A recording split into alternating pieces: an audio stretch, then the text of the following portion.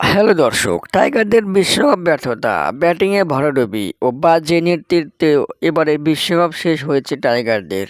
এর কারণে BCB board meeting ডাকেন। বিসিবির বোর্ড মিটিং আসলেও নতুন নতুন সিদ্ধান্ত।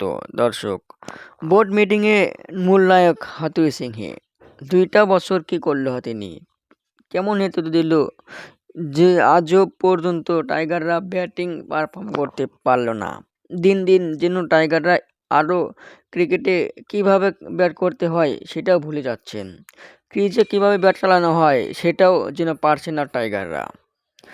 এক কথায় ব্যাট করতে নামলে আসে আর যায়, যেন বাইরে কিছু মূল্যবান জিনিস রেখে গেছে, যেভাবে তাড়াতাড়ি করে।